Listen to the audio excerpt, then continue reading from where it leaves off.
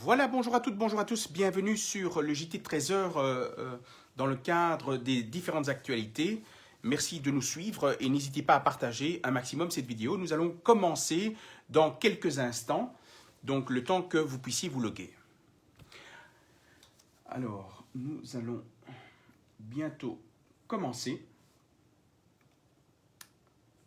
Nous allons vérifier si nous sommes en direct.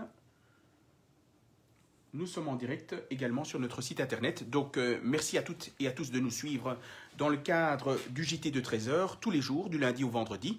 Donc, partagez également un maximum cette vidéo, car vous savez que Facebook nous bloque systématiquement. Nous ne pouvons pas partager ni inviter des personnes. Vous ne pouvez pas non plus ni partager, ni inviter également des personnes aussi à suivre notre page. C'est véritablement scandaleux que Facebook limite la portée de nos publications, mais bien évidemment, c'est une réalité qu'il faut en tenir compte. Alors, nous allons commencer l'actualité par le fait que vendredi, malgré la diminution significative du nombre d'hospitalisations à 1h15 du matin, a décidé de confirmer la prolongation de l'état d'urgence épidémique pour 3 mois, alors qu'en même temps, le Codeco avait assoupli les mesures restrictives de nos droits et libertés. Effectivement, il y a une véritable incohérence du système. Lorsque nous voyons la situation, le Codeco supprime le port du masque pour les enfants de 5 à 12 ans, à 11 ans, pardon, à partir bien évidemment de la décision du Codeco. Et en même temps, on assouplit d'autres mesures aussi à partir du 18 février. Et en même temps, on se rend compte que le Parlement accepte la proposition du gouvernement de prolonger la situation d'urgence épidémique pour 3 mois, alors que les circonstances faites de la cause ne permettent pas de le justifier. Donc on a véritablement l'impression que le Parlement n'exerce pas sa mission de contrôle de la mission du gouvernement. Il faut savoir que le Parlement est là normalement pour édicter des règles et le gouvernement exécute. Ici, on a l'impression que c'est le gouvernement qui procède à la danse, donc c'est elle qui dicte ce que le Parlement doit faire, et effectivement, tout ce que propose le gouvernement, le Parlement suit, et donc c'est quelque chose vraiment d'inadmissible. Nous ne comprenons pas comment ça se fait qu'on passe au code orange, alors qu'en réalité, on devrait passer au code vert, le code vert qui n'existe pas, en fait, dans le baromètre politique, et ça, c'est aussi une situation qui ne peut pas se comprendre en tant que telle. Donc vraiment, il y a un véritable problème de cohérence.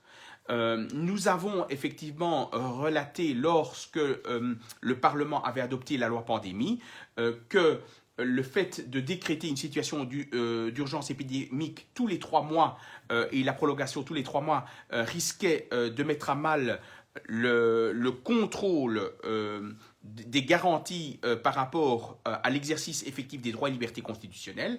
On avait expliqué très clairement qu'il il était impensable de prévoir une prolongation de 3 mois. Il fallait absolument la prévoir sur une période d'1 mois et toujours avec une réévaluation. Ce n'est pas le cas et vous voyez très bien que la situation d'urgence épidémique se prolonge systématiquement alors que rien ne permet de le justifier. Et donc on se rend compte que le principe de la séparation des pouvoirs entre le législatif et l'exécutif, c'est de la pure théorie et qu'il faut véritablement changer le système. Alors, par rapport à ça, effectivement, vous savez que les mesures ont été effectivement assouplies. Il faut savoir effectivement que lors du comité de concertation, ils ont pris la décision suivante. D'abord, la fin du télétravail obligatoire à partir du 18 février. Effectivement, il n'y a plus d'obligation de poursuivre l'exécution du contrat de travail à domicile en tant que tel. Et la deuxième chose aussi, c'est que le port du masque pour les enfants de 12 ans doit perdurer encore dans les écoles, mais également dans tous les endroits où le masque est exigé en intérieur. Alors, moi, je trouve ça quand même assez regrettable et scandaleux que rien, alors que plusieurs États décident de faire marche arrière par rapport aux mesures restrictives de liberté, on se rend compte ici encore une fois, que des mesures perdurent, notamment le port du masque pour les enfants de plus de 12 ans. Qu'est-ce qui permet de le justifier alors qu'il y a la réouverture des discothèques?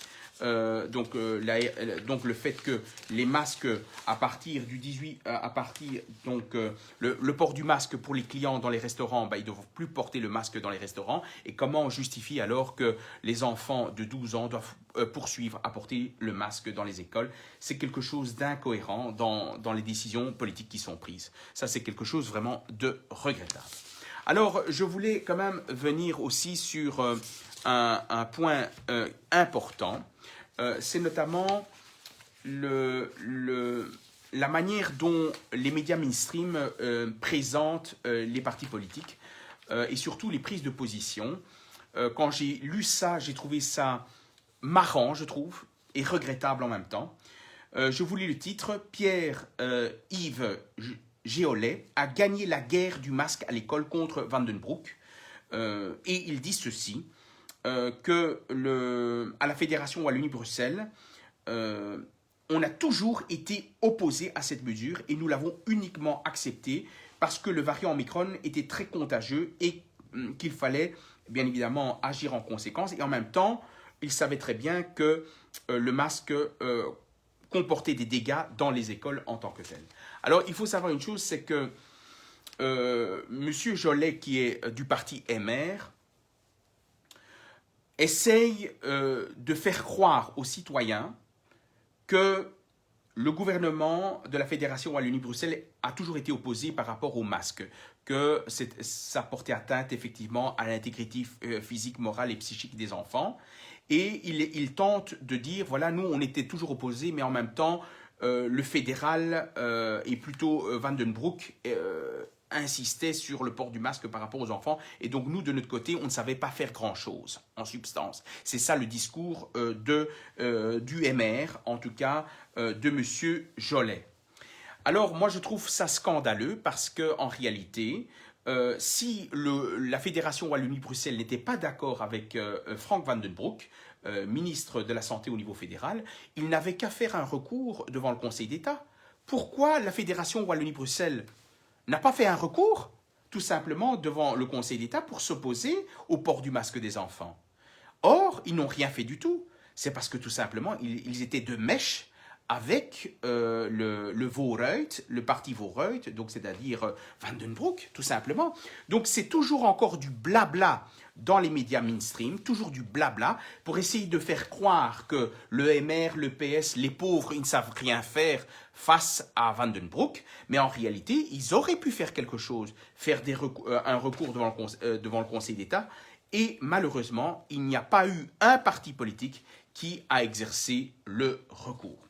Alors, je tiens à préciser une chose aussi, concernant la prolongation de la situation d'urgence épidémique telle que confirmée par le Parlement fédéral à la Chambre des représentants. Je tiens quand même à préciser que la NVA est le seul parti en Belgique à déclarer qu'il allait exercer un recours devant la Cour constitutionnelle par rapport à cette décision de prolongation de la situation d'urgence épidémique sur une période de 3 mois. Eh bien, je ne peux que féliciter effectivement la NVA pour avoir agi dans ce sens-là. Et donc, j'invite à tous les autres partis politiques, ceux qui sont soi-disant dans l'opposition, donc, et certains comme le PTB qui essayent d'une manière ou d'une autre de faire croire qu'ils sont contre les mesures mais ne font rien dans les faits, eh bien, je veux voir si le PTB va exercer un recours devant la Cour constitutionnelle pour s'opposer à la prolongation donc de la situation d'urgence épidémique. Et nous allons constater si oui ou non ils font quelque chose ou rien, s'ils font du théâtre ou s'ils agissent dans la réalité des choses. Eh bien, je vous informerai s'ils vont faire quelque chose tout simplement.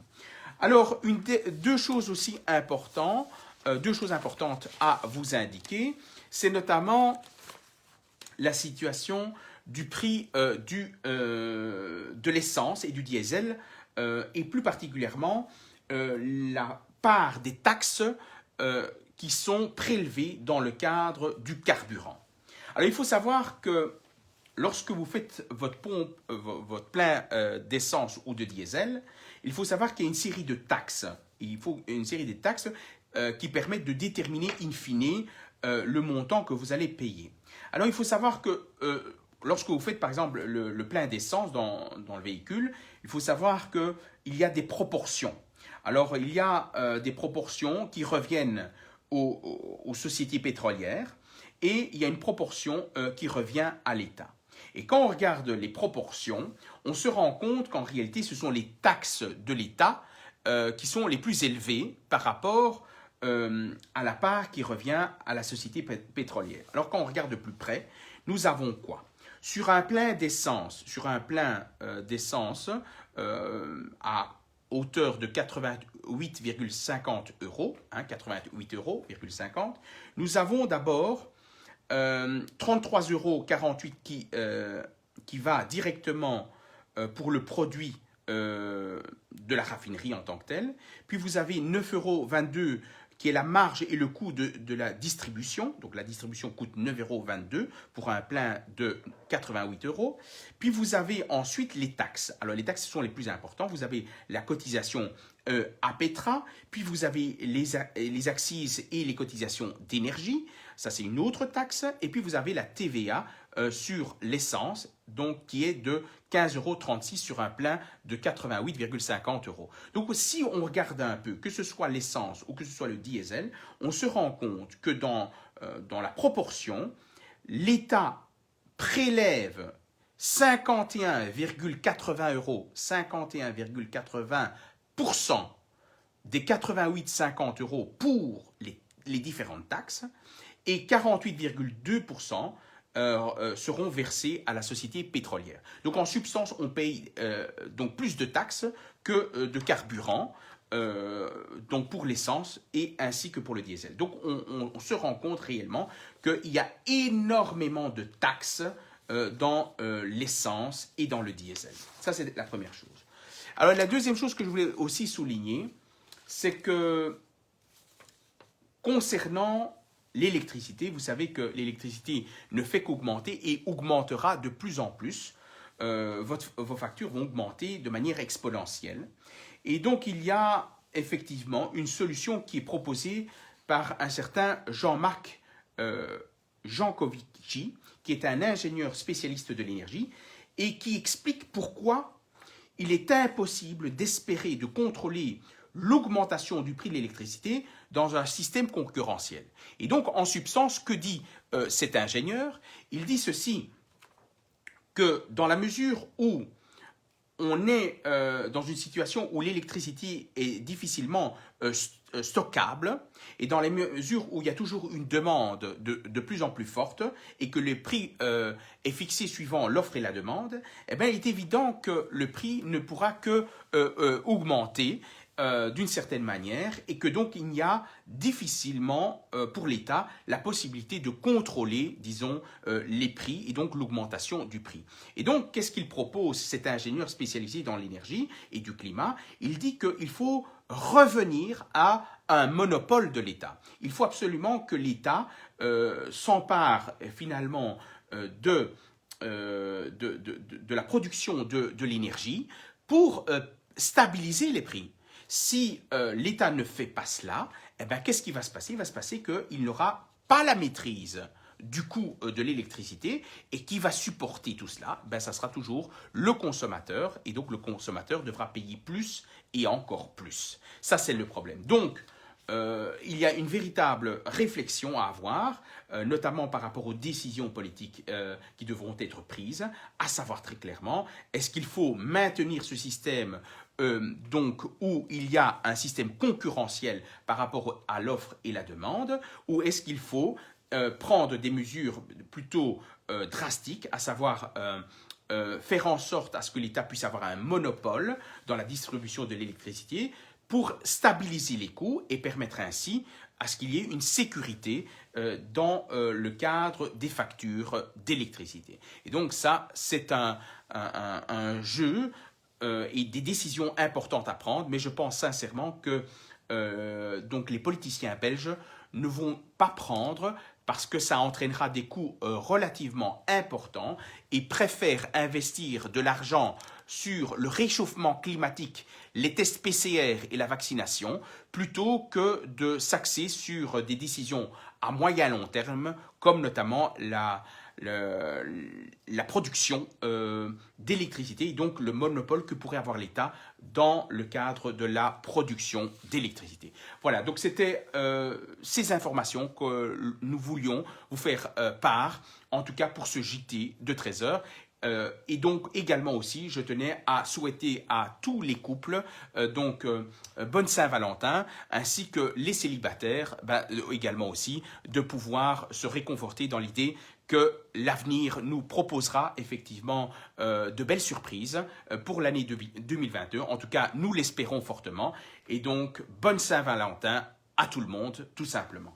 Voilà, merci de nous avoir suivis et une excellente journée. À demain, 13 heures. Au revoir.